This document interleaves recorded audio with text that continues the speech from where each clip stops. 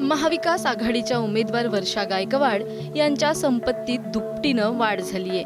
वर्षा गायकवाड या उत्तर मध्य मुंबई लोकसभा मतदारसंघातून खासदारकीसाठी उभ्या आहेत। वर्षा गायकवाड आणि त्यांचे पती राजू गोडसे यांची एकूण मालमत्ता 11,39,39,255 रुपये इतकी दाखवण्यात आली आहे।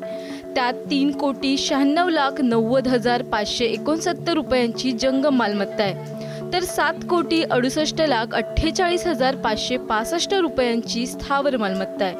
2019 सालच्या विधानसभा निवडणुकीसाठीच्या प्रतिज्ञापत्रानुसार गायकवाडांकडे 4,81,53,269 रुपयांची मालमत्ता होती। त्यावेळी पती पत्नीच्या नावावर कोणतेही कर्ज नव्हते, मात्र आता 1,01,60,000चं कर्ज आहे। यातील 80 लाख वर्षा गायकवाड यांनी पतीकडून घेतलेत।